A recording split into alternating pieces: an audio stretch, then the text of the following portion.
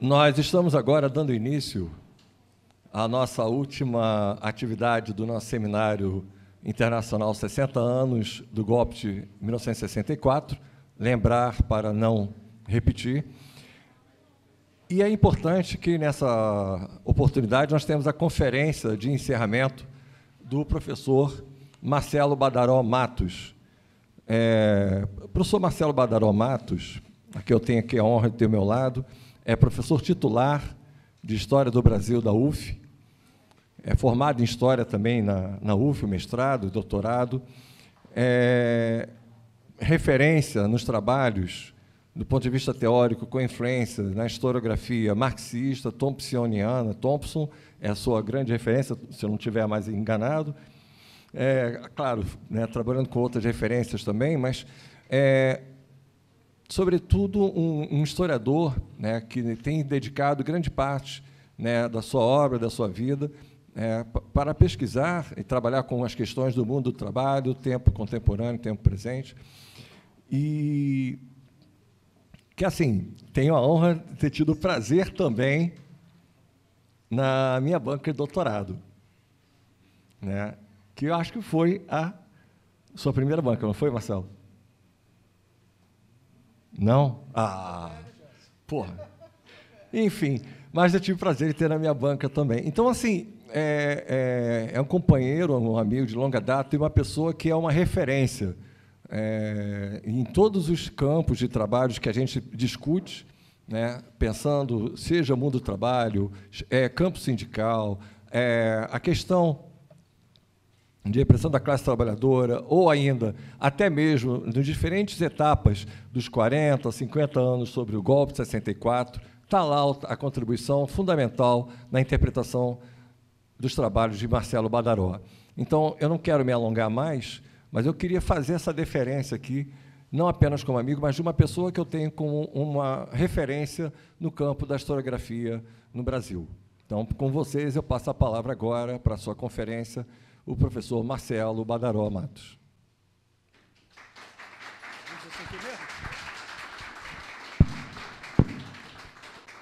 Bom, boa noite, pessoal. Eu queria começar agradecendo muito a oportunidade de estar aqui num evento com uma programação tão rica, né?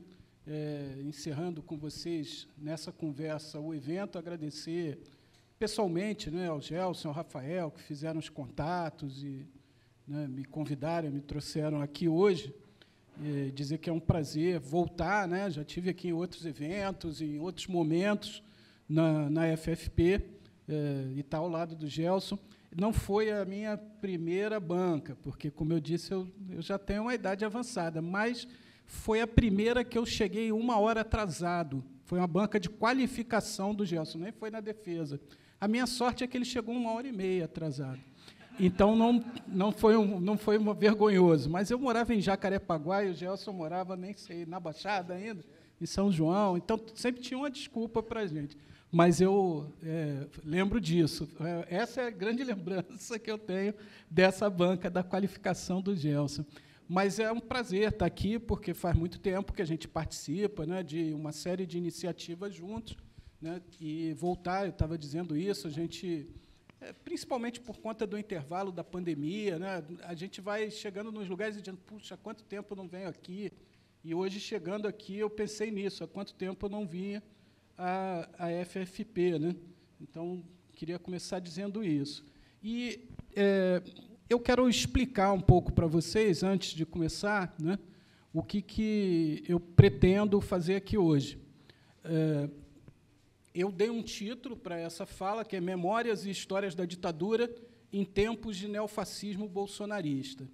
E o que eu pensei é em reunir uma reflexão que, como o Gelson disse, né, nesses eventos de descomemoração do golpe de 64, 40 anos, 60 anos, em textos, uma reflexão que eu vim fazendo, né, pelo menos de 10 em 10 anos, mas não só de 10 em 10 anos, né, sobre a historiografia a respeito do golpe da ditadura, com uma discussão mais recente, né, sobre o próprio governo Bolsonaro, que estudos que eu fiz nos últimos anos, né?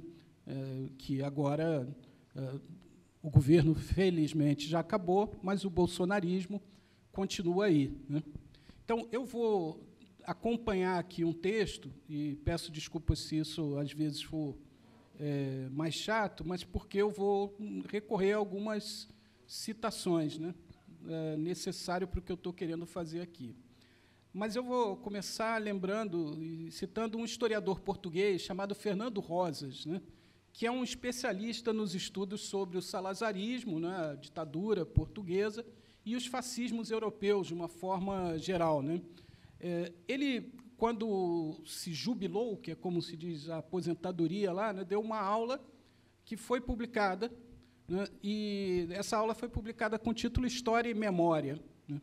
E ele alerta a gente para o fato de que, palavras do Rosas, está em curso em nossas sociedades, com tempos e modos diversos, mas fundamentalmente comuns, uma disputa centrada nos conteúdos das representações do passado, sobretudo do passado recente, suscetíveis de fundar ou refundar as legitimidades ideológicas e políticas do presente e do futuro.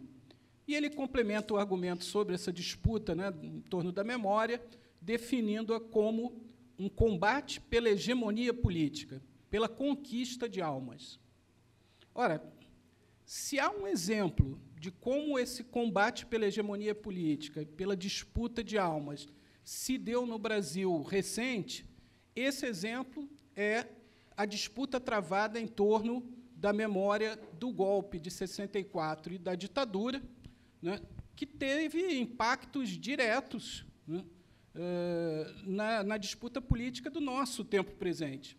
Acho que nenhum retrato das forças políticas de extrema-direita que governaram o Brasil entre 2019 e 2022, nenhum retrato estaria completo sem a gente lembrar o saudosismo que essas forças políticas manifestavam em relação à ditadura militar. Por isso mesmo, é profundamente lamentável que, nesse momento em que a gente está debatendo os 60 anos do golpe militar que instaurou a ditadura no Brasil, o governo federal, o governo Lula, tenha abdicado de fazer essa disputa pela memória. Cancelou eventos, né, voltou atrás em relação ao anúncio da construção de um museu dos direitos humanos, espero que volte atrás em relação a esse voltar atrás, né, porque a política por memória, verdade e justiça, ela é uma disputa central contra a extrema-direita que continua nos assolando, né. Então, nessa intervenção aqui, eu vou partir de uma caracterização do fenômeno político do bolsonarismo para explicar o recurso que o bolsonarismo faz a uma visão mítica, positivada, né, da ditadura militar. E eu vou fazer isso através da análise do que eu considero a principal matriz discursiva desse resgate, que são os discursos da cúpula das Forças Armadas. Em seguida, eu vou tentar apresentar muito rapidamente uma leitura crítica de algumas análises historiográficas produzidas por especialistas acadêmicos, com larga circulação, que, embora essas análises acadêmicas nem de longe procurem respaldar, né, as visões dos militares e do bolsonarismo, são muitas vezes intelectuais que se manifestam publicamente contra o bolsonarismo, né, mas as suas análises acabam por compartilhar elementos em comum com essas memórias reacionárias do passado ditatorial recente. Então, eu, com isso, pretendo chamar a atenção, especialmente para jovens historiadoras, historiadores, né, que estão aqui, para essa complexa relação entre memória social e história produzida por historiadores profissionais, né. A ideia é ressaltar a nossa responsabilidade social. Então, eu vou começar pelo bolsonarismo. Eu venho defendendo a ideia de que o bolsonarismo é um movimento político de cariz neofascista. E eu entendo o governo Bolsonaro como um momento em que a centenária autocracia burguesa brasileira, para recorrer a uma expressão do Florestan Fernandes, né, é um momento em que essa autocracia burguesa recorre ao neofascismo para enfrentar uma crise generalizada, uma crise daquelas que o Gramsci chamaria de crise orgânica, né? E faz isso porque tenta sustentar um padrão que é tradicional, usando novamente a referência ao Florestan, né, um padrão contra-revolucionário da forma de dominação de classes no Brasil. Quando eu falo neofascismo, alguns vão estar preferindo pós-fascismo, fascismo do século XXI. Eu não estou disputando aqui a palavra, né?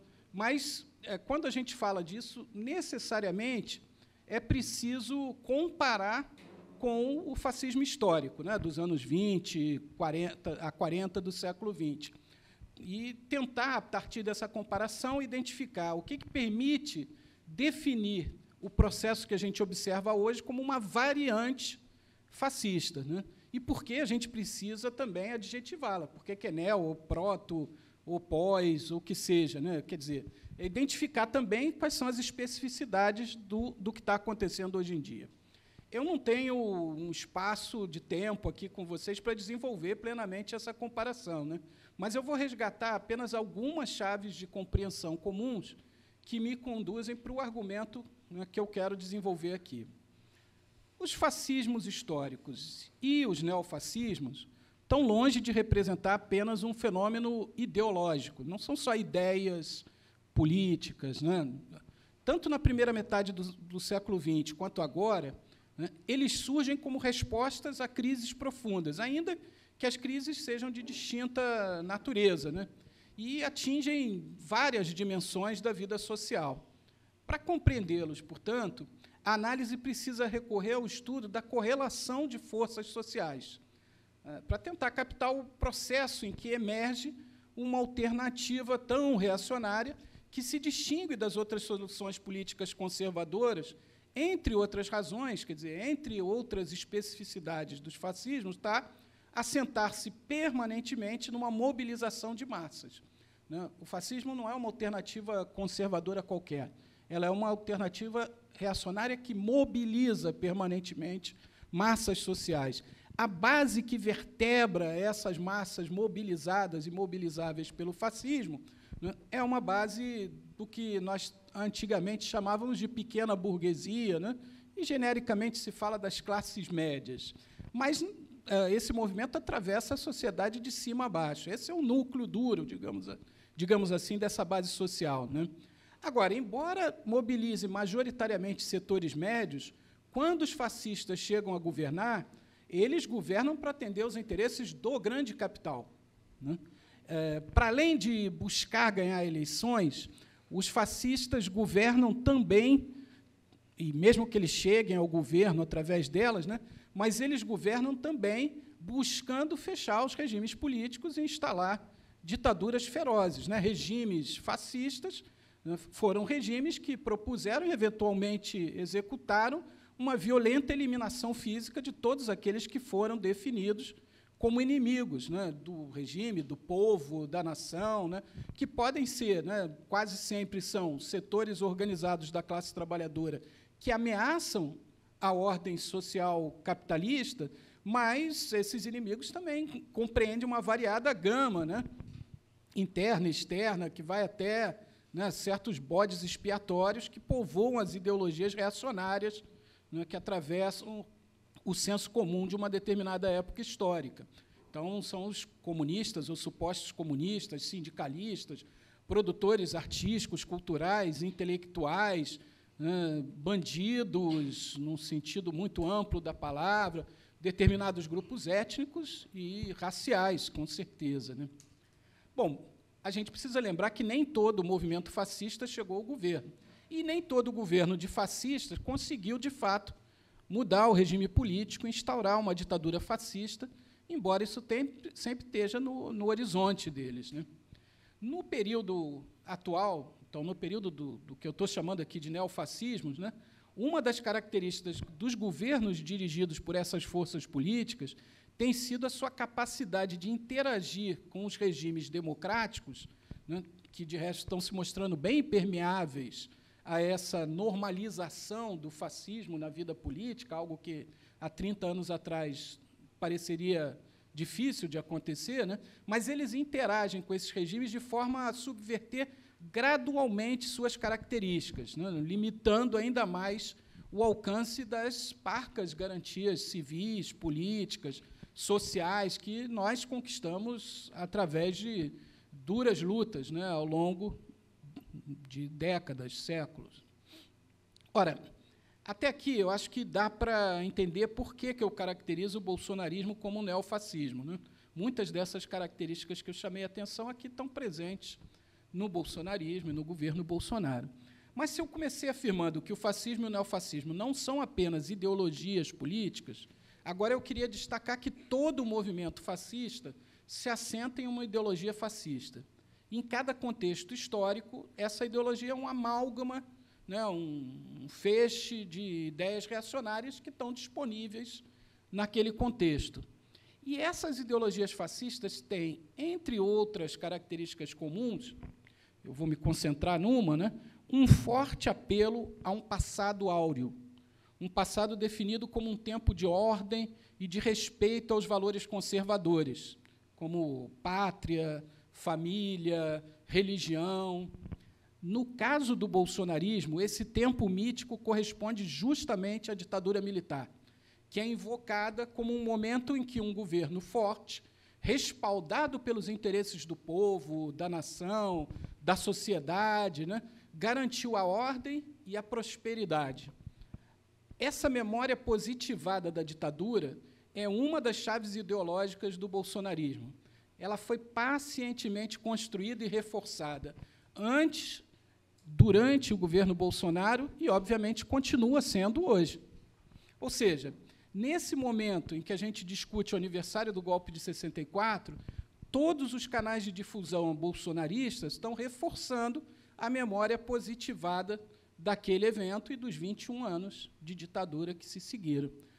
Se vocês abrirem o YouTube no canal da produtora Brasil Paralelo, né, que é a maior investidora em anúncio, a maior anunciante em redes sociais do Brasil, mesmo sendo uma pequena, em tese, né, produtora de vídeos para a internet, vão ver que o vídeo mais assistido, mais visualizado, né, se não é o mais, numa rápida olhada assim, né, com 11 milhões de visualizações, é justamente, né, o vídeo sobre o golpe de 64, que obviamente não é tratado como um golpe, né? Ou seja, tem toda uma propaganda positiva sobre o golpe e a ditadura que faz parte, né, desse esforço de propaganda política que a extrema-direita faz no Brasil. E a gente tem que reconhecer o mérito, né, de quem sempre esteve à frente disso. Os principais responsáveis por esse esforço de dourar a memória da ditadura foram e continuam sendo, né, os oficiais superiores militares, desde 1964 até hoje. Pelo menos são, digamos assim, a principal matriz discursiva, né, dessa memória positivada. Eles apresentam a sua ação naquela época, né, e hoje, né, os seus antepassados, como uma resposta heróica ao clamor da sociedade pelo retorno da ordem contra o caos dos primeiros anos da década de 60, ou seja, o governo Goulart, né. A memória militar é o centro a partir do qual irradiam esses outros discursos ideológicos. Por isso, sem compreender os discursos e os esforços de memória dos militares, a gente não consegue compreender, né, essa ideologia bolsonarista no que ela fala da trajetória recente da história do Brasil. Então, eu passo um exercício muito rápido de análise, né, de como essa memória está sendo construída pelos militares, né, nas suas manifestações mais explícitas durante o governo Bolsonaro, e vou me centrar em dois aspectos que eu considero os centrais mesmo dessa memória militar. As narrativas sobre o evento de 64, que negam o caráter de golpe de Estado, e, segundo o eixo, né, a ideia do respaldo e da legitimidade conferidos pela sociedade aos governos militares. É claro que, no discurso militar, o golpe não é tratado como um golpe. Durante a ditadura, o termo mais empregado era a Revolução de 31 de março de 1964. Se a gente quiser estudar como os militares, desde a época do tenentismo, chamam a intervenção militar de revolução, vai ver uma longa história para esse uso, né, da palavra no Brasil. Às vezes aparecia também Revolução Gloriosa, né, de 31 de março de 64. Stanislau Ponte Preta, né, no FEBEAPA, o Festival de Besteiras que assola o país na época, brincava muito com essa gloriosa Revolução de 64, redentora e coisas do tipo. No último período, essa terminologia mudou. As palavras mais empregadas pelos oficiais superiores militares são movimento contra-revolucionário, contra-golpe ou contra-revolução democrática. Em 2011, no aniversário do golpe, o general Heleno, esse que agora a gente conhece bem, né, ele teve uma palestra cancelada por determinação do ministro da Defesa, na época, depois, ou antes foi ministro da Justiça também, mas é o Nelson Jobim, né? E o Nelson Jobim seguiu uma orientação da presidente Dilma Rousseff, né? E a palestra cancelada, por isso foi cancelada, o que foi anunciado é justamente o título dela, né? A Contra-Revolução que Salvou o Brasil. A ideia contida nesse título, de Contra-Revolução, dá conta de uma reação a uma ameaça de outra coisa, uma revolução, né, que estaria em curso no governo Goulart, mas seria uma revolução comunista.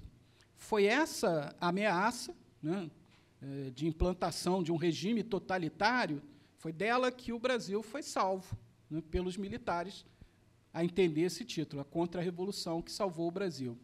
Pois bem, em 2019, quando o Bolsonaro determinou que o Ministério da Defesa comemorasse o golpe de 64, essa atitude despertou reação, né, do Ministério Público, críticas no Brasil, no exterior e tal. Mas, em 2019, o próprio Palácio do Planalto distribuiu um vídeo, no dia 31 de março, celebrando o golpe e elogiando as Forças Armadas, precisamente com essa terminologia do discurso vetado lá em 2011. O Exército nos salvou, não há como negar. Essa era como a chamada, né, do vídeo. Na mesma data, o ministro da Defesa, que então era o general Fernando Azevedo e Silva, distribuiu uma ordem do dia em que ele dizia que as Forças Armadas, em 64, haviam atendido, palavras dele, ao clamor da ampla maioria da população e da imprensa brasileira para assumir um papel de estabilização. No ano seguinte, em 2020, o Azevedo e Silva, ainda ministro da Defesa, lançou outra ordem do dia, também comemorativa, né, cujo título era Movimento de 1964, um marco para a democracia brasileira. Nessa ordem do dia de 2020, ele reforçava o sentido da intervenção militar como um contragolpe, associando a ameaça evitada pelos militares à Guerra Fria com o que ele chamava de seus engodos e ingredientes utópicos. Dizia o seguinte: naquele período convulsionado, o ambiente da Guerra Fria penetrava no Brasil. Ingredientes utópicos embalavam sonhos com promessas de igualdades fáceis e liberdades mágicas, engodos que atraíam até os bem-intencionados. As instituições se moveram para sustentar a democracia diante das pressões de grupos que lutavam pelo poder. As instabilidades e os conflitos recrudesciam e se disseminavam sem controle. Então, a ler isso aqui, vivíamos um ambiente convulsionado, né, os comunistas tentando, clima da Guerra Fria, os comunistas e, na visão dos militares, defensores da liberdade. Os comunistas tentando tomar o poder, né, e as Forças Armadas intervêm, nas palavras dele, né, para garantir a estabilidade e a democracia. Na continuidade desse mesmo documento, né, o ministro da Defesa, então, introduz um outro elemento que eu acho que é central para a memória militar sobre o golpe e a ditadura, que é a ideia de um respaldo social amplo. O texto elenca uma série de entidades e setores que se uniram para reagir ao que ele chama de ameaça totalitária, e completa a lista destacando o papel das Forças Armadas, né? Então, diz lá ele, a sociedade brasileira, os empresários, a imprensa entenderam a ameaça daquele momento, se aliaram e reagiram. As Forças Armadas assumiram a responsabilidade de conter aquela escalada com todos os desgastes previsíveis. Ora, esses setores listados, na visão dos oficiais militares superiores, eles representam a sociedade brasileira, que é o termo que inicia a sentença, né? A sociedade brasileira. Aqui, eu acho que tem um ponto-chave para a gente entender. Em 2022, o ministro da Defesa já era o general Walter Braga Neto. Vocês conhecem bem também, né, o Braga Neto. Ele resumiu os argumentos que eu estou tentando listar aqui em outros discursos, né, na ordem do dia dele, com o seguinte texto: o movimento de 31 de março de 1964 é um marco histórico da evolução política brasileira, pois refletiu os anseios e as aspirações da população da época. Em março de 64, as famílias, as igrejas, os empresários, os políticos, a imprensa, a OAB, as Forças Armadas e a sociedade em geral aliaram-se, reagiram e mobilizaram-se nas ruas para restabelecer a ordem e para impedir que um regime totalitário fosse implantado no Brasil por grupos que propagavam promessas falaciosas, o que depois fracassou em várias partes do mundo. Então, o golpe, movimento, né, na terminologia do Braga Neto, teria refletido esses anseios da população. E aqueles segmentos sociais, né, que eles vão listando ali e tal, se uniram representando, olha aí novamente o termo, a sociedade, às vezes a sociedade em geral, às vezes a sociedade contra uma ameaça totalitária. Essa noção de suporte social amplo ao golpe, na ordem do dia do Braga Neto, é estendida para a ditadura como um todo. Em vários outros discursos militares isso aparece, né? A ditadura é apresentada como um período de segurança, prosperidade econômica, desenvolvimento, né? Paz, fortalecimento democrático. É uma imagem idílica, né? Essa generalização à sociedade brasileira vai continuar presente, conduzindo, né, esse idílio. Então, diz o Braga Neto, nos anos seguintes ao 31 de março de 64, a sociedade brasileira conduziu um período de estabilização, de segurança, de crescimento econômico, de amadurecimento político, que resultou no restabelecimento da paz no país, no fortalecimento da democracia, na ascensão do Brasil no concerto das nações e na aprovação da anistia ampla, geral e restrita pelo Congresso Nacional. Então, tinha um caos antes do golpe, o golpe veio, criou paz, segurança, prosperidade, estabilidade, anistia. Para quem? Faltou alguma coisa aí no meio, né? Que é justamente a ditadura, a repressão, a violência do Estado. Bom, deu para entender, né? Ou seja, nos 21 anos seguintes ao golpe, a sociedade brasileira construiu um regime militar autocrático, que não é chamado assim, evidentemente, cujo resultado, segundo o Braga Neto, foi democracia. Acho que podia trazer muitos outros exemplos aqui, né? Mas o que eu estou tentando chamar a atenção é que esse discurso cultivado nos quartéis apresenta publicamente, sempre que tem oportunidade, né, nessa disputa de memórias sobre o golpe e a ditadura, né, uma visão áurea daquele período, né, defendendo um modelo autocrático de gestão do Estado brasileiro.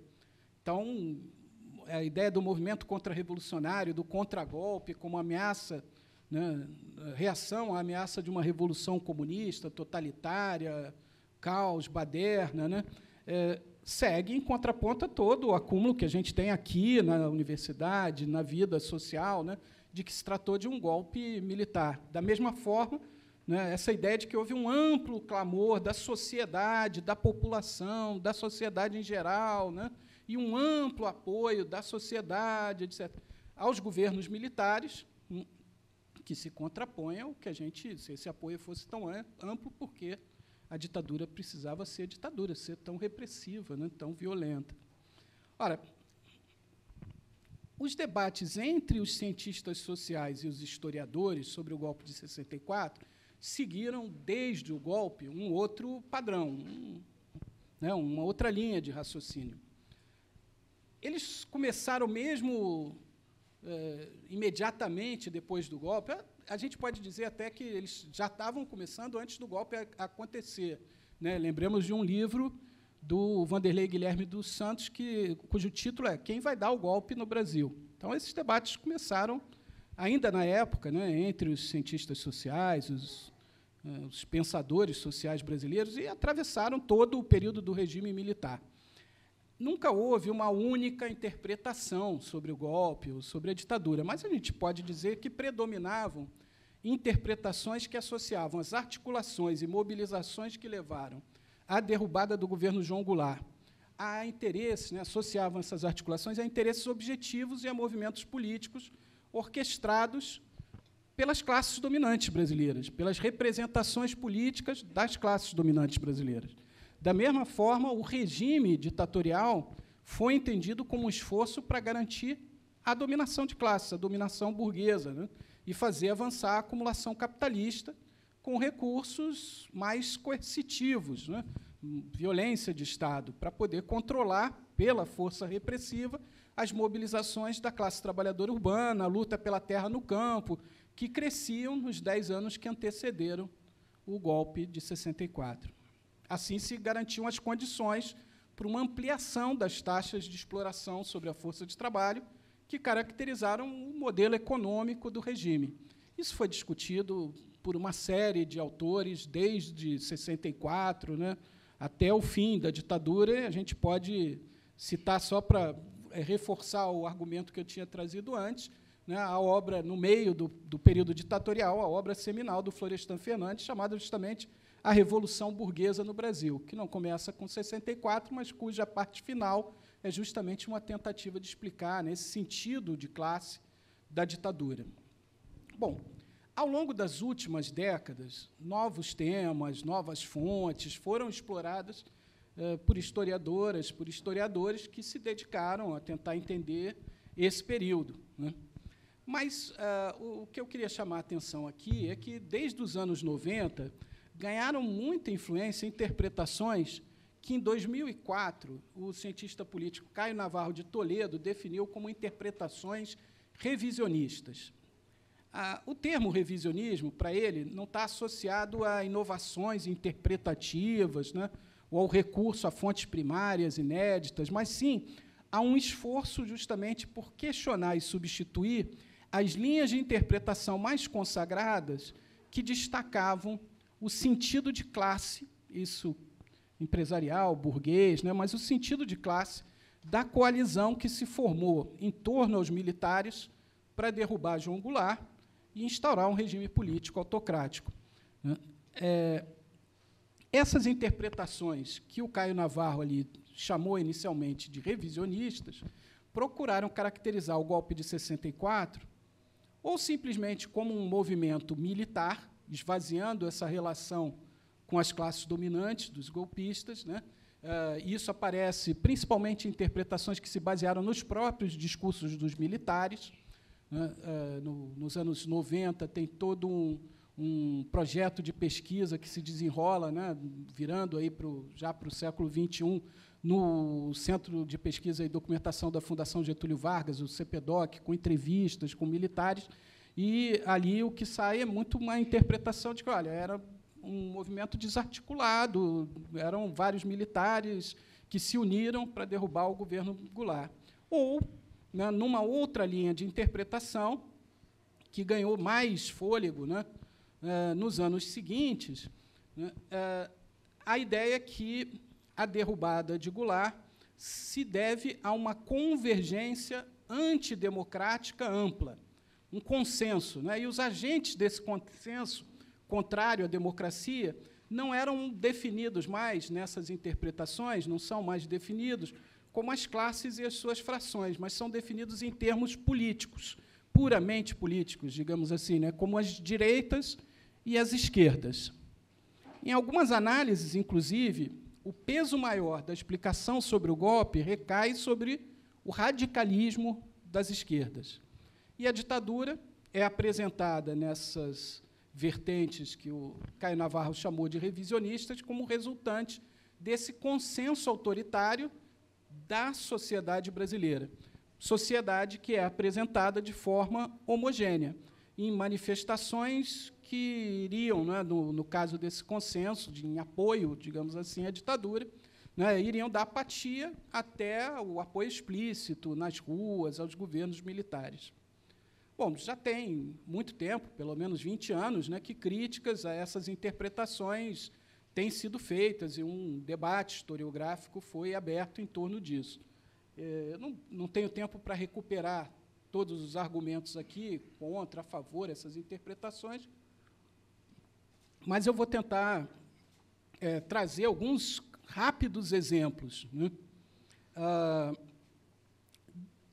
Sobre o golpe propriamente, desde a década de 90, parece que o principal alvo dessa historiografia revisionista é a obra do René Dreyfus, né, publicada em 1981, que se chama 1964, A Conquista do Estado.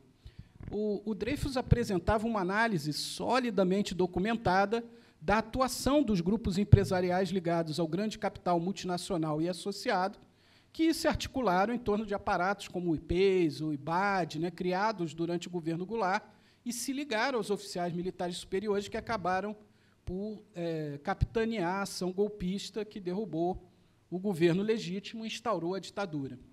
Bom, os críticos a René Dreyfus, podemos citar, por exemplo, Argelina Figueiredo, né, que publica seu trabalho em 1993, uma década e pouco depois do livro do Dreyfus, vão acusar a interpretação dele de ser uma interpretação excessivamente intencional do golpe, né, que trabalha com uma ideia de que há conspiradores onipresentes, né, que tiveram essa capacidade de derrubar, né, o governo Goulart. E, no lugar disso, ela propõe uma interpretação centrada na tese de que a desvalorização do jogo democrático foi um ponto comum entre as esquerdas, que apoiavam as propostas de reforma de base do Goulart, e as direitas, que acabaram assumindo o poder depois da derrubada dele, né? Nas palavras da Argelina Figueiredo, lá em 93, de fato, os grupos esquerdistas e pró-reformas buscavam essas reformas, ainda que ao custo da democracia. Para obter as reformas, propunham e estavam dispostos a apoiar soluções não democráticas. Aceitavam o jogo democrático somente enquanto fosse compatível com a reforma radical. A direita, por outro lado, sempre esteve pronta a quebrar as regras democráticas. A gente podia lembrar, de passagem, que as tais reformas propostas por Goulart não eram assim tão radicais, né? Afinal de contas, a primeira delas, a principal bandeira, era uma reforma agrária que se basearia não na expropriação do latifúndio improdutivo, mas na indenização dos fazendeiros para que terras fossem compradas pelo Estado para fim de reforma agrária. A disputa no parlamento era por uma emenda constitucional que permitisse que o Estado pagasse com títulos da dívida pública, ou seja, pagasse a prazo por essa compra das terras, né? Só um exemplo, né? Também é possível lembrar que quem apoiava as reformas de base pela esquerda, a esquerda do governo, né, eram setores hegemonizados pelo Partido Comunista, já nessa época, Partido Comunista Brasileiro, o PCB, que, naquele momento, apostava numa aliança com que o PCB acreditava serem os setores democráticos da burguesia nacional e se comprometia com a manutenção da ordem democrática vigente para levar adiante, né, esse projeto das reformas. De qualquer forma, análises como essa parecem apontar que, se a esquerda não deu um golpe em 64, ela, de fato, poderia ter dado, porque não tinha compromisso com a democracia, né? Ora, uns 10 anos depois, essa tese se espalhou, né? Acho que quem a tornou mais visível publicamente foi Hélio Gaspari, naqueles seus livros sobre a ditadura, que chegou a dizer, palavras dele, que havia 2 golpes em marcha. O de Jango viria amparado no dispositivo militar e nas bases sindicais, que cairiam sobre o Congresso, obrigando-o a aprovar um pacote de reformas e a mudança das regras do jogo da sucessão presidencial. Ora, pouco importa para essa análise que João Goulart tenha renunciado a qualquer resistência ao golpe de 64, mesmo quando setores políticos e alguns setores militares, minoritários, é verdade, procuraram o presidente e disseram, vamos resistir ao golpe, né? Ou mesmo de que antes, lá no final de 63, quando ele tentou maiores poderes no Congresso Nacional, apresentando a proposta do estado de sítio, a proposta nem chegou aí à votação, ele retirou 3 dias depois, assim que sentiu que não tinha clima para ela passar. Mesmo seus apoiadores no movimento social se mostraram contrários àquela proposta. Então, que golpe de Jango em marcha, né, é esse? Não foram só grandes obras de divulgação, como os livros do Gaspari, né, que incorporaram aquela tese e levaram ela adiante. Por exemplo, em obras acadêmicas, o historiador Jorge Ferreira, né, falou coisas muito parecidas. Disse, por exemplo, palavras dele, né, o conflito político entre esquerdas e direitas tomou novos rumos. Não se tratava mais de saber se as reformas seriam ou não implementadas. A questão central era a tomada do poder e a imposição de projetos. Os partidários da direita tentariam impedir as alterações econômicas e sociais, sem preocupações de respeitar as instituições democráticas. Os grupos de esquerda exigiam as reformas, mas também sem valorizar a democracia. E ele cita justamente lá a Argelina Figueiredo para concluir que, entre a radicalização da esquerda e da direita, uma parcela ampla da população brasileira apenas assistia aos conflitos em silêncio. Então, meio bestializados, né, para usar a expressão lá do Zé Murilo. Ora, se a gente prestar atenção, o que predomina aqui é a ideia de que o golpe de 64 foi a resultante de uma, digamos, corrida antidemocrática ao poder. Quem ganhou foi a direita, mas a esquerda também estava interessada em dar um golpe ou, né, em romper com a democracia. Note-se que, nesse momento, né, em que centenas de milhares de pessoas se mobilizaram no comício da Central do Brasil, em 13 de março, as forças golpistas mobilizaram outro tanto nas marchas da Família com Deus pela Liberdade, uma antes, duas depois do golpe, né? Quando tinha um número crescente de greves, estouraram levantes dos baixa-patente das Forças Armadas, né? Se fala que uma ampla parcela da população assistiu em silêncio.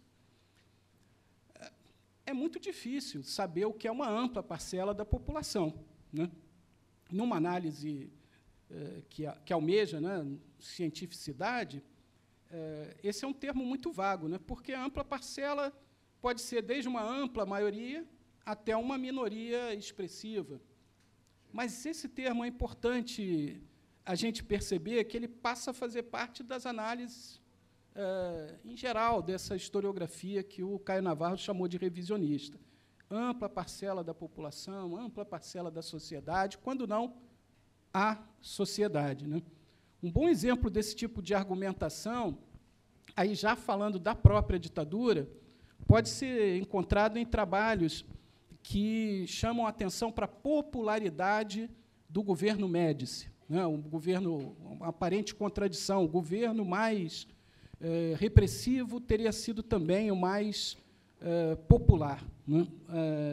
Em vários textos, a historiadora Janaína Cordeiro trabalha com essa ideia, né, de que, para ela, a historiografia memorialística analisaram fartamente a luta contra a ditadura, mas, palavras dela, pouco se sabe sobre os apoios, as admirações entusiasmadas, as simpatias tímidas, às vezes silenciosas, mas nem por isso pouco importantes que a ditadura foi capaz de despertar ao longo de toda a sua existência.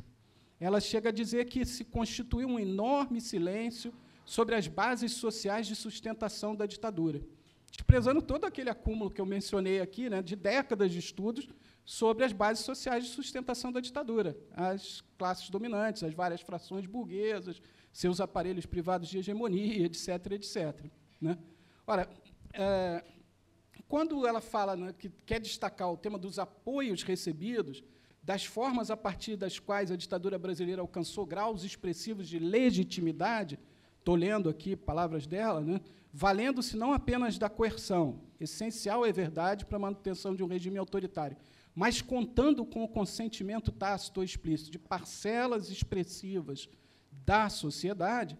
Quando ela afirma isso, obviamente, ela não está negando a repressão, está escrito, né, está afirmado, mas está valorizando esse tal consenso de parcelas expressivas da sociedade, né? A generalização da sociedade, de novo, é o centro da argumentação aqui, né? Focando a análise mais no governo Médici, propriamente dito, ela diz o seguinte: o momento em que a ditadura brasileira foi mais popular foram anos de grande prosperidade, o tempo do milagre brasileiro, quando os índices de crescimento econômico chegavam a 10% ao ano. Grandes obras foram previstas, muitas realizadas, criando, país afora, um clima de grande euforia. O presidente Médici foi admirado por muitos e querido por tantos outros. Uma vasta onda ufanista tomou conta do país. Bom, eu me dedico, como o Gelson falou aqui no início, a estudar a história do trabalho no Brasil, né? Então, essa noção de popularidade associada ao sucesso do milagre econômico me causa, no mínimo, um certo espanto, né? Porque não estou discutindo se tinha quem apoiava o governo ou não, obviamente tinha, né? Mas tem todo um acúmulo de estudos que identifica, no período do governo Médici, especialmente, né, ou na primeira metade dos anos 70, uma elevação brutal das taxas de exploração da força de trabalho, com arroxo salarial, que era uma expressão corrente na época, todo mundo falava arroxo salarial. O aumento das horas extras subremuneradas, né, o título que o Brasil ganhou na época de campeão mundial de acidentes de trabalho, o registro na elevação das taxas de subnutrição infantil, o acúmulo de problemas de moradia, transporte, saúde pública. Tão logo se falou em abertura, na segunda metade da década de 70, movimentos sociais em torno de todas essas carências efetivas, né, na experiência vivida pela classe trabalhadora, pipocaram pelo Brasil afora. Então, é claro que tinha gente que comemorava o milagre, apoiava o regime, mas, a partir de um olhar atento a essa dinâmica da experiência da classe trabalhadora, que eu poderia dizer é a parcela mais expressiva da sociedade, né, é um pouco forte falar num clima de grande euforia, né, com o milagre econômico. Eu acho que podia dar outros exemplos, eu queria só trazer mais um, e eu não quero tomar mais muito tempo de vocês, porque eu acho que a referência para várias dessas coisas que eu citei aqui é o trabalho de um outro historiador, né, tanto para a ideia de que as esquerdas tinham desprezo pela democracia, quanto para o debate sobre a popularidade da ditadura e consenso da sociedade em torno desses valores autoritários. E o historiador a que eu quero fazer referência é Daniel Arão Reis Filho, né. Já nos debates de 2004, e daí desperta-se lá a discussão que leva o Caio Navarro Toledo a falar em revisionismo histórico sobre o golpe e a ditadura, Daniel Arão tentou demonstrar que o que era chamado de resistência democrática na ação dos grupos de esquerda no período da ditadura militar era uma invenção datada do período posterior, porque as esquerdas da luta armada, da qual ele participou, né, visavam implantar o socialismo, que seria, por elas e pelo próprio autor, né, entendido como incompatível com a democracia. Ele estende esse raciocínio ao período anterior, né, os anos anteriores até ao golpe, e considera que essa perspectiva antidemocrática não era uma novidade, pois, no início dos anos 60, ela já tinha se manifestado por parte dessas esquerdas, né, e aí são palavras dele, que, inebriadas pela vitória de agosto de 61, que foi a posse do Goulart, né, depois da renúncia do Jânio Quadros, essas esquerdas passaram a ofensiva política e desafiavam abertamente a legalidade existente. Nos seus estudos sobre a ditadura, Daniel Arão também tem sido um dos principais propagadores dessa tese de que o regime instaurado pelo golpe deve ser denominado de uma ditadura civil-militar, mas em termos muito distintos daquele uso que inicialmente foi feito pelo René Dreyfus, né, do civil-militar, que era associando o elemento civil à representação daquilo que o Dreyfus chamou de uma elite orgânica do grande capital multinacional e associado, né. O uso de civil-militar pelo Daniel Arão se distancia da ideia de um sentido de classe do regime, né. O que ele defende é a existência de um consenso social entendido, palavras dele, como a formação de um acordo de aceitação do regime existente pela sociedade.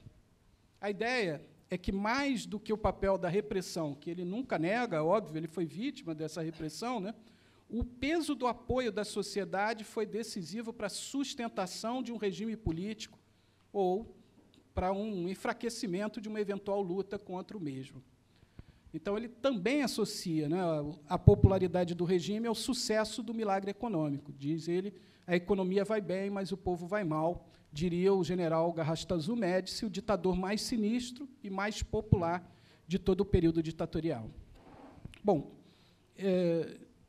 eu não vou continuar, mais 2 minutinhos aqui, só para concluir, né, porque o que me interessou aqui foi destacar, né, essas ideias, e alguns autores, no caso do Daniel, uma referência, né, um historiador respeitado, que é citado, seus trabalhos têm muitas pesquisas sobre o período da ditadura, né, para mostrar essa convergência de argumentos sobre o golpe como resultado de uma ação não apenas dos golpistas, mas também dos que foram golpeados, e essa visão da ditadura como um regime, sim, autoritário, mas que foi respaldado pelo consenso da sociedade.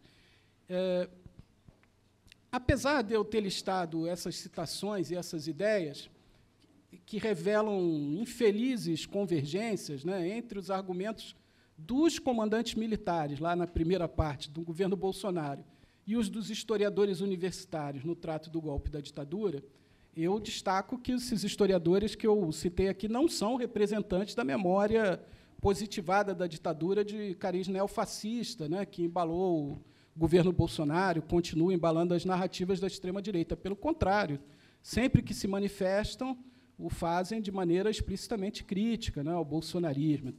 E também os comandantes militares provavelmente não leram, né, os trabalhos dos historiadores universitários quando foram redigir suas ordens do dia. Embora, às vezes, revista do Clube Militar cite um ou outro trabalho lá, principalmente do Daniel Arão e tal, né?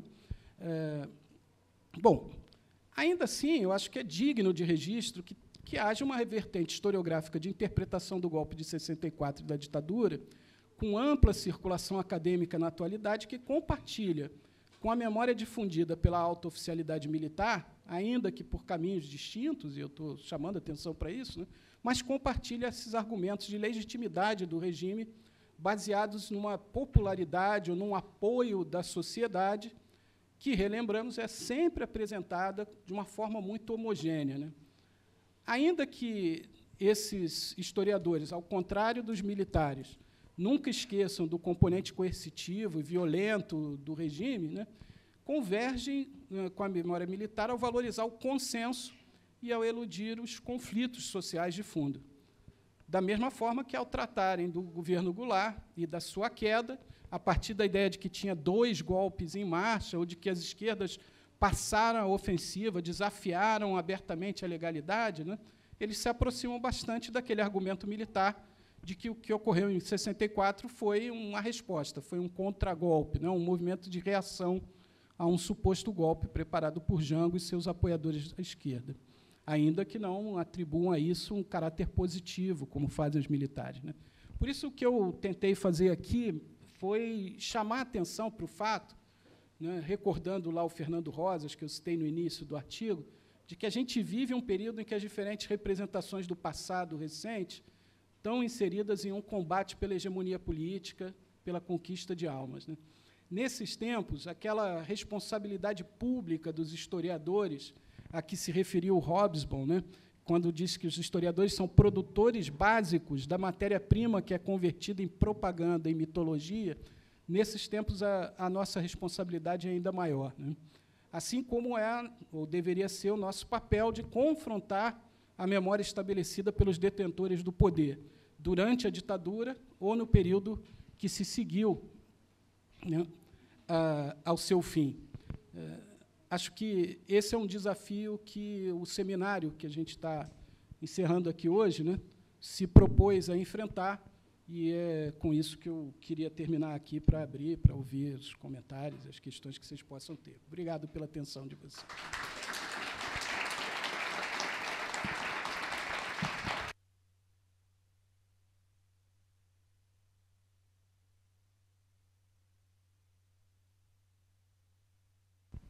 Desculpa. Marcelo, eu só tenho a agradecer aqui as tuas palavras, que, de fato, culminaram com muitas das nossas reflexões realizadas aqui nas mesas ao longo dessa semana. E tem uma observação que eu queria fazer. Vou abrir para as perguntas, comentários, mas você começou a passar, e, claro, a gente vai misturando várias coisas, um filme, não vou me alongar agora, mas me vem à mente que isso é algo que sempre me incomodou no revisionismo dessa historiografia dos anos 90, que começa, na verdade, cada vez mais a reproduzir, e aí eu estou falando como historiador, e você foi muito bem ressaltando, aquilo que era o argumento daqueles que defendiam o golpe enquanto revolução em 64. E aí tem um caderno especial de uma revista, que era Reader Digest, que saiu logo após o golpe. E esse caderno especial chamava A Nação que se A Nação que se salvou a si mesmo. Tá? Tem que até digitalizar isso aí. Esse caderninho, ele, na verdade, é um caderninho que ele reproduzia toda a lógica de que houve uma revolução redentora, né, de que essa revolução de 31 de março, que, na verdade, acontece no 1º de abril, né, ela vai salvar o Brasil do comunismo e reproduz toda aquela ideologia, aquela falácia de que foi uma revolução que salvou o Brasil do comunismo, e ela foi inspirada pelas classes médias, e foi a própria população brasileira que fez com que os militares agissem. Foi essa linha de argumento, que havia uma radicalização. Por que eu estou lembrando disso aqui? Eu não quero me alongar. Porque o percurso que o professor Marcelo Badaró apresentou aqui é fundamental para entender como, em um determinado momento, né, parte da academia foi legitimando argumentos que já tinham sido considerados ultrapassados já há 20, 30 anos depois do golpe, em que já se assumia que não tinha sido uma revolução, mas que tinha sido golpe. Dentro das próprias Forças Armadas, tinham setores que chamavam de forma eufemista, como movimento, né, mas assumiam que era um golpe, isso no final dos anos 90, né, e que assumiam, inclusive, que foi no dia da mentira, no dia 1º. Mas como é que pega mal um golpe que acontece no dia da mentira, que quer ser revolução? Então, bota no dia 31, que foi quando as tropas começaram a sair e tal. Mas, entende? Essas questões, elas são questões que devem sempre ser provocadas e não naturalizadas. E foi fundamental o começo da conferência do Marcelo, apontando para essas questões no dia de hoje, porque, afinal de contas, quantos de nós já ouvimos, junto com amigos, familiares, né, nas rodas aí, né, nas esquinas, ou pelas conversas de WhatsApp, né, de que não, a ditadura não foi isso que vocês falaram, não. Quem reclama porque era esquerdista, né? A ditadura foi boa. Não houve ditadura, na verdade, né? E por aí vai. Essa mitologia, né, essa idealização desse passado, ela precisa ser questionada, ela não pode ser naturalizada. Eu sei que é chato, eu sei que às vezes a gente perde a amizade, a gente perde aquele parente, o tio da família, mas a gente tem um dever de não naturalizar essas coisas. A gente não pode deixar que seja uma questão de narrativa, simplesmente, né, ou de que eu ouvir e, portanto, é verdade. Bom, mas eu vou deixar para que o Marcelo possa aprofundar isso aqui. Já foi brilhante na sua apresentação, mas vamos abrir para uma rodada de perguntas, comentários aqui. Daniel, Rafael, você também? Não. Então, temos 3 aqui. 4, podemos fazer com 4 primeiro?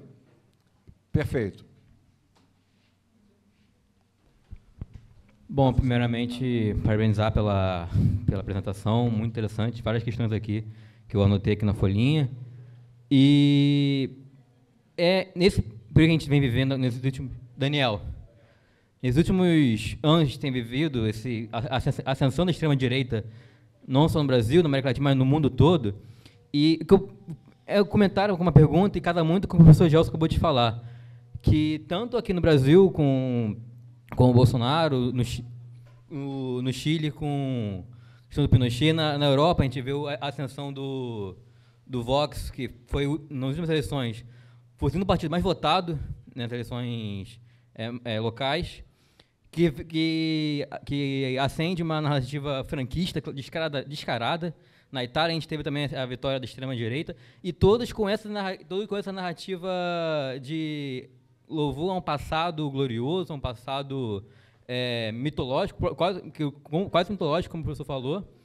Mas essa é uma afirmação que eu, analisando o nosso caso do Brasil, e eu acho que se diferencia um pouco dos outros casos dessa ascensão na extrema-direita, que eu estava, no dia que 1º de abril, eu estava assistindo uma live no canal no YouTube, um canal de esquerda, do professor Gustavo, professor de História, e ele fez uma afirmação que me chamou muita atenção, e queria saber se o senhor pode acrescentar nessa questão, que o golpe de 64 foi um projeto contra a classe trabalhadora, um projeto burguês, contra a classe trabalhadora, um projeto de classes, né, um projeto da elite, né, contra os trabalhadores. E isso eu vejo como algo muito, não muito exclusivo, mas eu vejo que aqui no Brasil a luta de classes é muito evidente até hoje. Porque quando a gente vê os grupos que atacam, grupos que se opõem, né, ao atual governo do Lula, que pedem a saída, essas coisas que a gente já está acostumado a ver, essa galera que vai para a rua de verde e amarelo é a elite, né?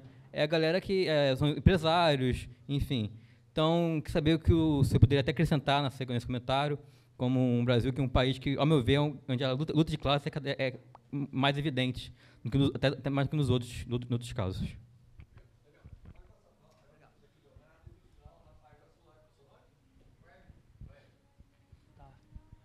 Bom, boa noite a todos e todas, mais uma vez, né?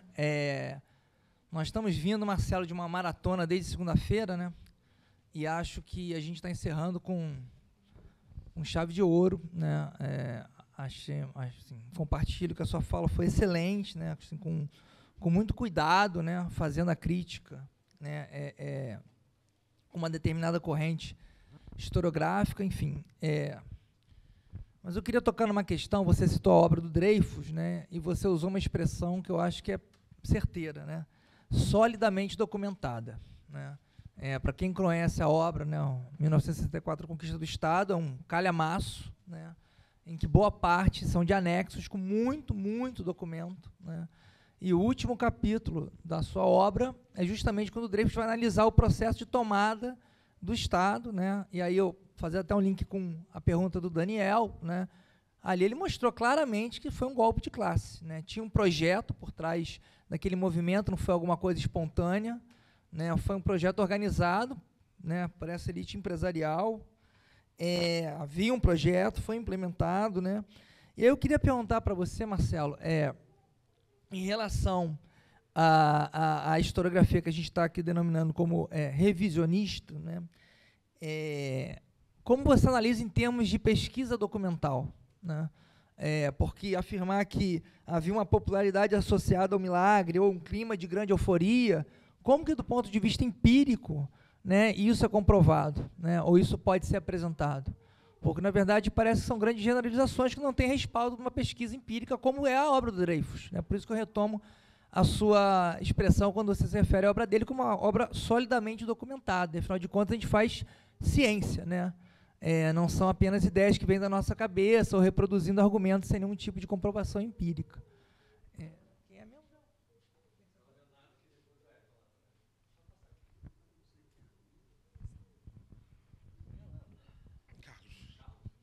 Boa noite, Carlos, aluno aqui da FFP. Professor, parabéns. Eu queria refletir, durante esse período anterior ao golpe e à prisão do presidente Lula e ao golpe contra a presidenta Dilma, eu milito no Movimento Popular, e nós éramos uma pequena corrente que alertávamos diante do que a gente hoje pode, com pesquisa, com muita documentação já, categorizar como um movimento internacional do fascismo da extrema-direita, né? Acho que parte da esquerda não acreditou nisso, meu partido não acreditou nisso, porque, diante da conquista do poder, da eleição do Lula e da Dilma, muito se achou que já estava resolvida a questão democrática e nós estávamos em céu azul. E vemos hoje que isso não é realidade. Então, o que o senhor avalia desse fascismo que eu morei na Mangueira e a gente, naquele período da pandemia, dentro do mercado, as pessoas sem máscara ainda afirmando e defendendo o Bolsonaro. Bolsonaro teve 70% de votos na Mangueira, em muitas comunidades e nessa cidade, né, na região metropolitana. Então, acho que é um desafio muito grande hoje, quem não acreditou nesse movimento que hoje está aí consolidado, Brasil Paralelo, esse movimento aí dos uberistas, não sei se vocês, né, tomaram conhecimento, contra o projeto do governo, que são trabalhadores, moram em áreas periféricas, são pretos, e contra esse projeto, e não querem direito, porque caíram na narrativa do fascismo, que a gente pode dizer o neofascismo que o senhor colocou. Então, ainda existe muito descrédito sobre essa questão internacional. Como você falou agora, o Chega, um amigo meu morava há 16 anos lá com um companheiro dele em Portugal, e, de repente, de 2 anos para cá, as pessoas pararam de falar com ele, no interior de Portugal. Não morava perto de Lisboa, né, por ser brasileiro. Ele é branco, né, lá de São Paulo, e voltou, porque com os franceses, com os alemães, a relação era normal, mas com ele, com os angolanos... Então, esse movimento do Chega, do bolsonarismo, isso tudo ainda não é muito interpretado como um alerta para a nossa esquerda, para os movimentos sociais, do que está acontecendo, da realidade, né?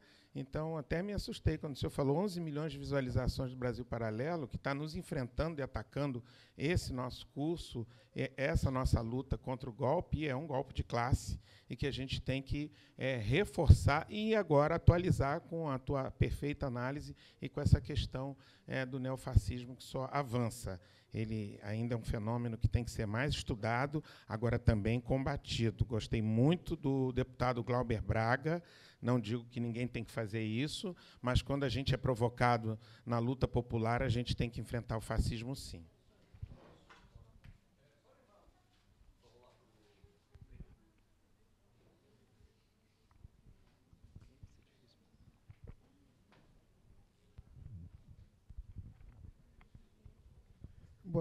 Boa noite.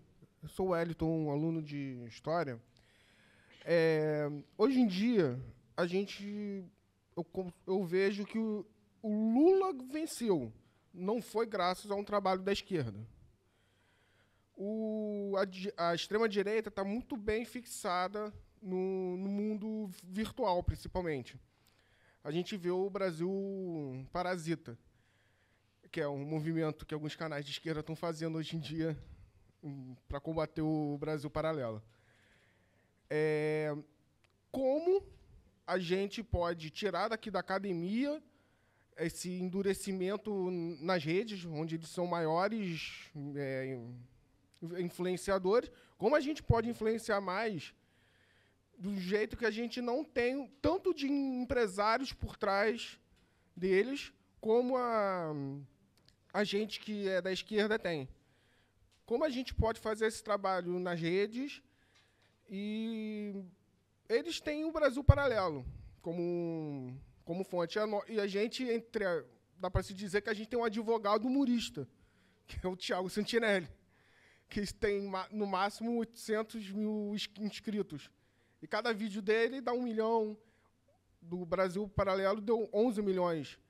Então, são vários canais de esquerda com 100 mil, 200 mil.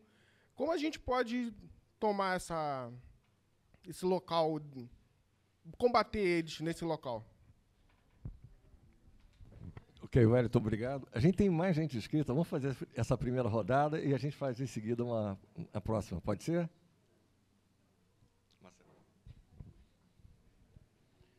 Então, eu acho que são questões muito ricas, né? Não tem como eu responder mesmo a tudo aqui. Eu vou fazer breves comentários, né?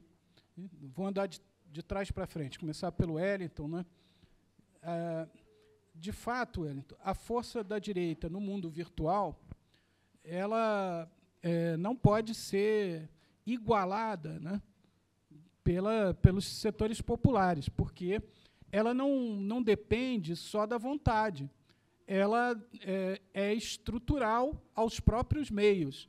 Basta ver essa última polêmica do Elon Musk aqui no Brasil e tal. Quer dizer, os bilionários agora já começam a ter trilionários donos das redes sociais, das empresas, né, dessas redes sociais, eles são ativos defensores de propostas políticas, para dizer o mínimo, reacionárias.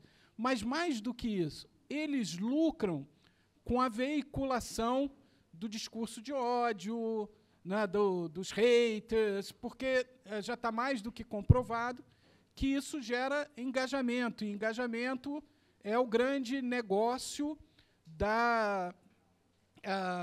do que alguns vão chamar, né, de mineração de dados, que é o grande negócio dessas redes sociais, que não é a comunicação entre as pessoas, né, é transformar os dados que ali circulam em dinheiro, ou mesmo transformar as pessoas que estão ali trabalhando em produtores de dados para a mercadoria, né, para a venda, para a compra-venda, para a mercantilização desses dados.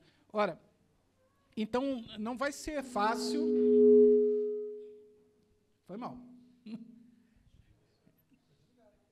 Não, então, não vai ser fácil contrabalançar isso nas redes. Agora, o bolsonarismo não está só nas redes, a extrema-direita não está só nas redes, né? No mês passado, a gente viu aquela manifestação em São Paulo, agora tem outra convocada para Copacabana. Nas ruas, a gente pode fazer diferença, mas, para isso, o conjunto das organizações, da classe trabalhadora, os movimentos sociais progressistas, o próprio governo, né, tem que se esforçar para transformar apoio que se manifestou nas eleições, né, apoio eleitoral, em apoio social. Não adianta fugir disso, porque o bolsonarismo não vai parar de mobilizar. É da lógica do fascismo histórico, do neofascismo, né, mobilizar permanentemente suas bases. Essa é a sua própria forma de se construir, né? E isso tem a ver também com a questão que o Carlos levantou, né? As bases sociais do bolsonarismo, elas podem ser vertebradas pelo que o Daniel chamou, né, os caras de verde e amarelo e tal, né, podem ser vertebradas por um setor burguês, pequeno burguês, ali que dá coesão, que bota dinheiro, né, financia as coisas, que, né, fez... Lembrem-se, no início da pandemia, a gente lembra, né, aquelas manifestações contra o isolamento social. Aí eram famílias em SUVs, picapes gigantes, né, com bandeiras do Brasil atrás e tal, isoladas, porque estavam dentro de carro, com ar-condicionado, janela fechada e tal, buzinando para abrir as lojas, para abrir as empresas, para abrir... Não é? É isso, esse é o setor duro, mas o bolsonarismo tem capacidade de mobilização atravessando, né, diversos setores da sociedade, inclusive frações expressivas da classe trabalhadora. É diferente isso de região para região do país, né, é diferente de lugar para lugar, mas isso está presente, não só pela força das ideias, né, mas também pela dificuldade que as esquerdas, de uma forma geral, e em especial as que ocupam posições-chave, né, no Estado brasileiro, como o governo e tal, dificuldade que elas têm de dar respostas concretas e imediatas às demandas amplas, né, dessas camadas trabalhadoras, que, frustradas, muitas vezes em momentos de crise econômica e tal, aderem às propostas aparentemente radicais, né, dos neofascistas. A isso se responde não só mobilizando as bases sociais, mas apresentando propostas políticas concretas, alternativas, que, se não resolvam, né, minorem significativamente os problemas vividos pela maioria trabalhadora da população. Bom, o Rafael chama atenção para uma questão que, para os historiadores profissionais, é fundamental, né? A refutação das teses apresentadas pelo René Dreyfus no livro de 1981, 1964, A Conquista do Estado, não pode se dar só por uma outra interpretação, né? Ela teria que se basear em fontes, né? Quais são as fontes das tentativas de refutação? Por exemplo, eu citei aqui, quando os trabalhos que foram feitos a partir dos depoimentos dos militares disseram, não tinha uma única conspiração, né? O que tinham eram vários grupos atuando, né? E se chegou ali a um certo consenso na oficialidade militar e tal, né? Mas o evento foi puramente militar. Todos eles declaram nos seus depoimentos que não tinham contato nenhum fora da caserna e tal.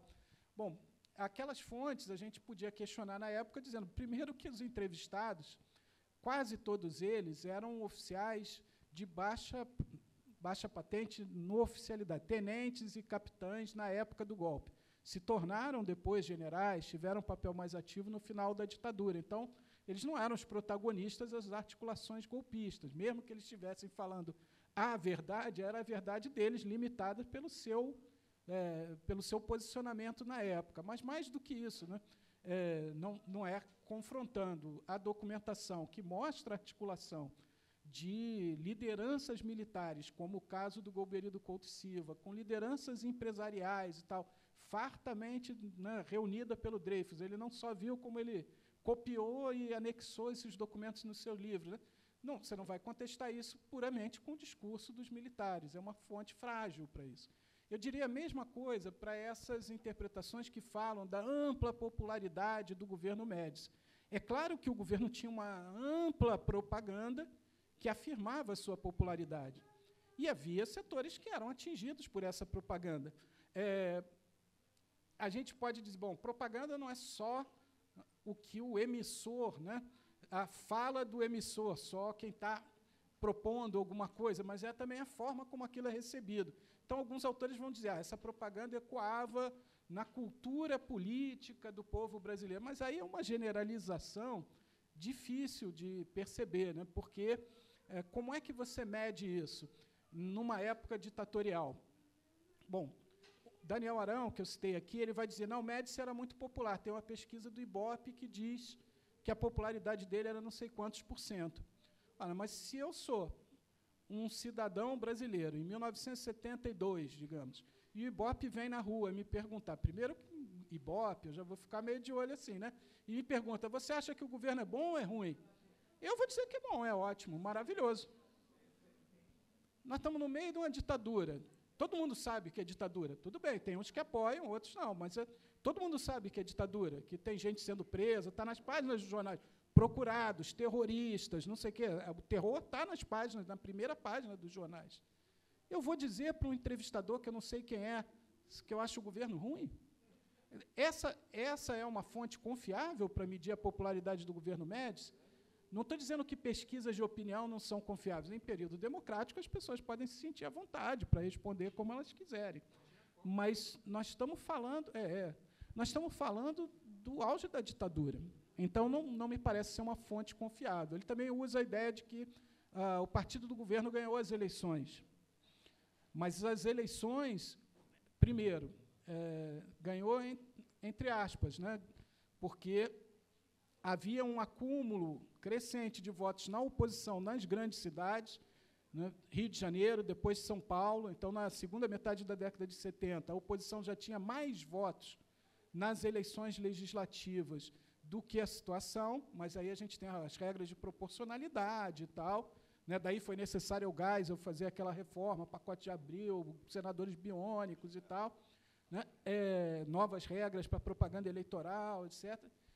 Mas, além disso, né, essas eleições eram extremamente limitadas. Não se votava para cargos executivos, a não ser das cidades com menos de 100 mil habitantes, que não eram consideradas áreas de segurança nacional. Então, em muitos poucos lugares, se votava para prefeito, mas ninguém votava para governador, para presidente, né, na maioria dos lugares, sequer para prefeito. Então, também não é uma boa fonte. Mas, assim, as pessoas se apoiam naquilo que elas conseguem encontrar, né? Bom, tem tempo para uma outra rodada, né, Gerson? Então, vou esperar as outras questões. Só uma observação. A Luciana é a primeira inscrita aqui. Você falou uma coisa importante. Saíram há pouco tempo uma pesquisa do Ibope, que não foi divulgada, ficou anos guardada, se deve lembrar, que mostra que o governo João Goulart tinha uma aprovação de 70% a 80% às vésperas do golpe. Entendeu? Eu não lembro. Depois, quem quiser, eu posso até mandar o link, isso foi divulgado há pouco tempo. Tá, né? Então, havia uma popularidade medida pelo próprio Ibope no governo João Goulart. Ou seja, como é que pode o governo popular, então, ter caído? Bom, porque foi um golpe. E a questão é o seguinte, acho que o Marcelo matou um ponto. Ibope é o melhor parâmetro para a gente medir exatamente aquilo que é a popularidade ou não. Aquilo não é um retrato numa determinada conjuntura, um determinado momento. Então, quais são as fontes? A gente está trabalhando com fontes primárias, e aí, como historiador, nós estamos falando de historiadores aqui, sérios, responsáveis. Então, eu tenho, por exemplo, o general Golbery Couto Silva, que já era uma referência teórica para pensar geopolítica internacional nos anos 50, mas era um coronel, que assina lá o Manifesto dos 100.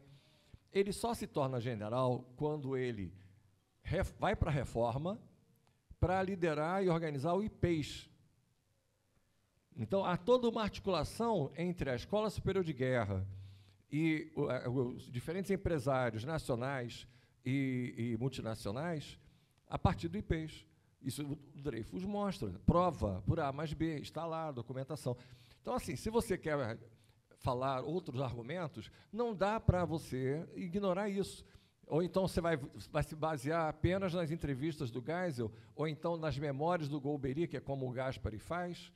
Nada contra você utilizar isso como fonte, mas não pode ser esse o parâmetro. Ou então, fazer uma análise do perfil do Congresso e a pulverização que existia naquele momento, e é real.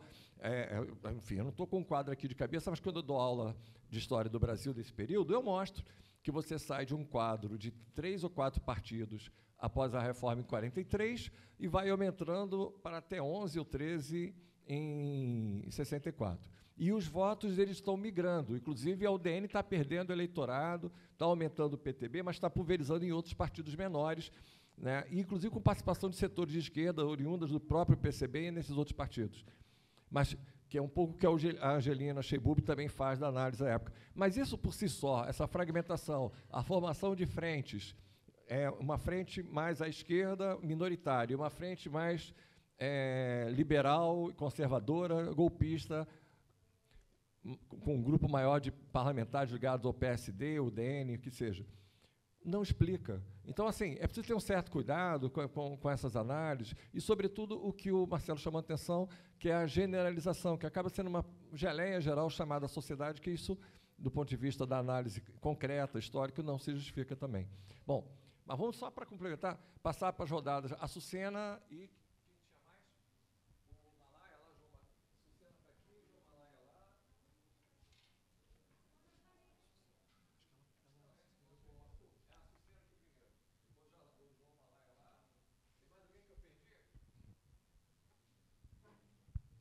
Oi, gente. Estou fazendo biologia aqui na UERJ e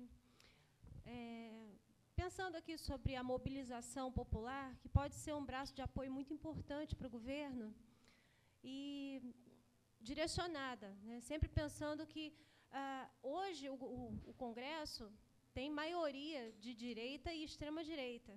E a gente faz a diferença quando a gente vai para a rua, especialmente naqueles momentos que o Congresso está indo para cima do governo, Arthur Lira está botando para cima da gente, e se a gente vai para a rua nesse momento, a gente vai impor uma certa moral e, de alguma forma, eles podem retroceder, a gente consegue diminuir o ritmo violento deles. E uma outra forma da gente se mobilizar, assim, é nas redes sociais e... existem vários canais no YouTube hoje de esquerda, e eu acho que todo mundo aqui assiste, né?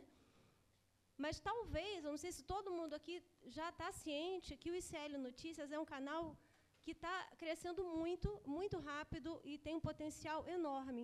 E é interessante não pulverizar tanto.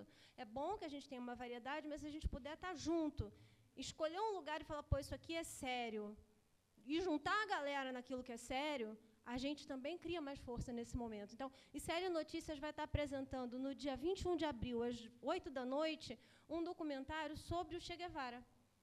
Porque, assim, eles apagam, a direita tende a demonizar para poder destruir. Primeiro, eles não vão destruir aquilo que presta. Então, para eles conseguirem ter a justificativa de destruir, primeiro eles demonizam. Então, eles demonizam a nossa história, demonizam nossos mitos, demonizam quem são os nossos representantes, e aí depois eles aniquilam a gente. Então, acho que a gente é importante, nesse momento, olhar para quem a gente é. Então, vamos ver quem são os nossos atores representantes. Esse momento eu acho muito legal, se todo mundo puder, entra lá, dá uma olhada no ICL Notícias, sabe, vê o que é, pelo menos olha. Tá? É dia 21, 8 da noite, Che Guevara.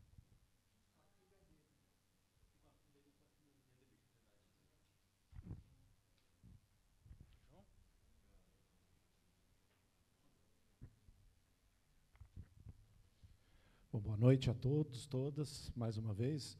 Professor Marcelo, obrigado pela palestra. Sou o João. E aí eu ia lhe fazer uma pergunta que acho que é mais assim, eu queria saber a sua impressão. Uma das coleções que teve bastante sucesso editorial nos últimos tempos, assim, mais da historiografia, é aquela da construção social dos regimes autoritários, né?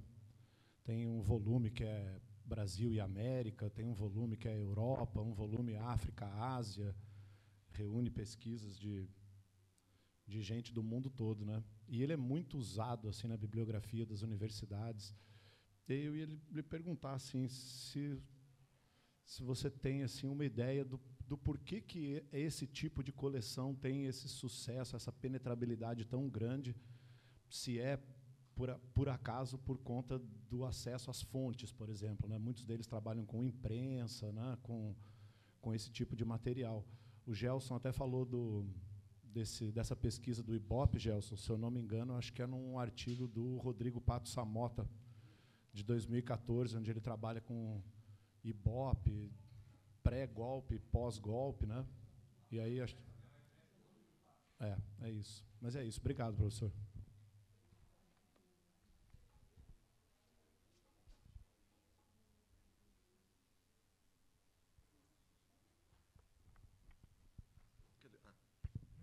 Gente, última chance, mais algum?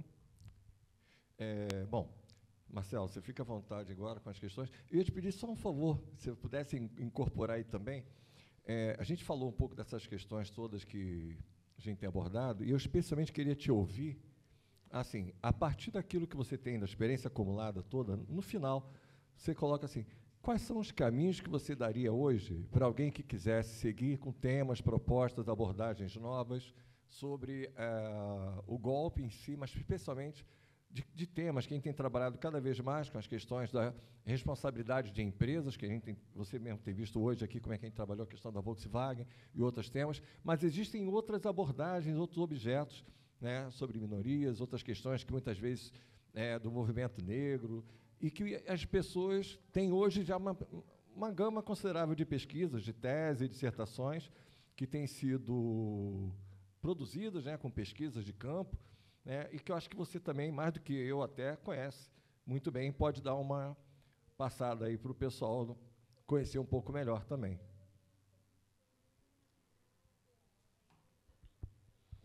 Bom, obrigado, pessoal.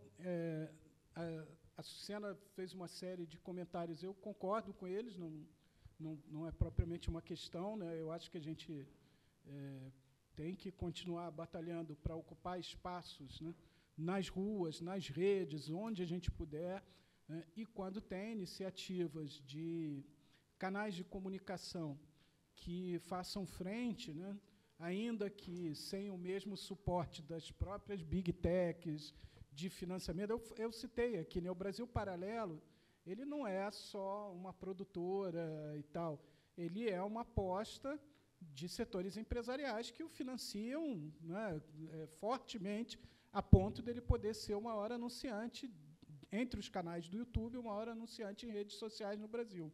Então, esse é um elemento que a gente, provavelmente, pela esquerda, não vai conseguir rivalizar.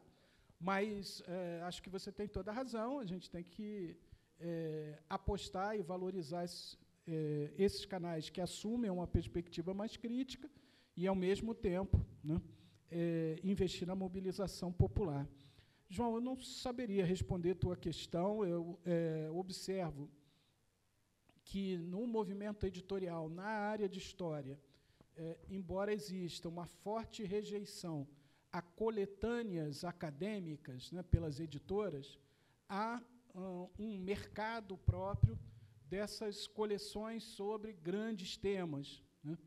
Isso talvez posso estar fantasiando aqui, mas um resquício da época em que as pessoas gostavam de ter obras de caráter enciclopédico, né? Você vê, no início dos anos 90, quando ainda se lia jornal de papel, né, os grandes jornais brasileiros, o Globo e a Folha de São Paulo, competiam para ver qual era o jornal que se nacionalizava primeiro, né? Muita centralização de capitais, comprando outros jornais menores, também vendendo suas colunas pelo Brasil todo. E a estratégia que eles tiveram para fazer essa concorrência e chegar a ter tiragens de... agora não vou lembrar os números aqui ao certo, né? Mas são as tiragens mais altas da história desses jornais, foi acoplar às edições de domingo fascículos enciclopédicos, né? Isso não aconteceu só no Brasil. Por exemplo, quando você falou, eu lembrei, em Portugal, um dos jornais de maior tiragem portuguesa, na década de 90, virada para os anos 2000, ali, fez uma obra, né, em fascículos, que vinha junto com a edição de domingo, sobre o salazarismo, sobre a ditadura do Estado Novo, em Portugal e tal. Então, eu acho que esse mercado ainda existe, embora tenha muita rejeição às coletâneas acadêmicas, que diz que o historiador não sabe escrever direito, o jornalista faz melhor, então é melhor ler o Hélio Gaspari do que ler o historiador acadêmico e tal, mas há esse espaço de grandes coleções temáticas. Aí eu não saberia te dizer mais do que isso. Em relação ao que o Gelson levanta, eu acho que todos os temas são válidos, né? Eu enfatizaria o seguinte, duas linhas que me parecem importantes na discussão sobre golpe e ditadura no Brasil. A primeira por onde eu comecei aqui, a questão da memória e da história. Se nós olharmos a posição do Brasil em relação às outras nações da América do Sul que passaram por ditaduras num período próximo ao nosso, o Brasil é o país mais atrasado, né, em discussões relacionadas à memória, verdade e justiça, né? Não é que isso seja um antídoto completo, né? Vocês veem que na Argentina, que talvez seja o país mais avançado, onde antes aqui estavam mencionando, né, a Vitória trabalhou muito nessa pesquisa, colocaram executivos de empresas automobilísticas na cadeia, colocaram ditadores na cadeia, agentes da repressão, torturadores, tem centros de memória, existe ensino da ditadura como tema obrigatório, matéria de direitos humanos como tema obrigatório no ensino básico, tudo isso, e acabaram de eleger o Milei. Não é que resolva todos os nossos problemas, mas é um atraso gigantesco do Brasil, mesmo para um país que não tem o mesmo avanço que a Argentina, o Chile, por exemplo. Quando o Chile tem um museu de direitos humanos da dimensão daquele que tem em Santiago, quando tem memoriais espalhados pelos lugares da repressão no país todo, quando tem um movimento das próprias vítimas da ditadura, seus filhos, seus familiares, de abrir casas de repressão, ocupar, mostrar o que aconteceu ali dentro, ainda que não tenha levado o Pinochet para a cadeia como devia ter ido, né, ainda que não tenha ido tão longe quanto foram na Argentina, isso já faz uma diferença enorme, né? Para qualquer um de vocês aqui que está se formando professor, poder levar a sua turma no Museu de Direitos Humanos e mostrar o que aconteceu naqueles anos, porque as pessoas mais jovens não viveram aquilo. Mas ali elas vão ter alguém que dá um depoimento, né?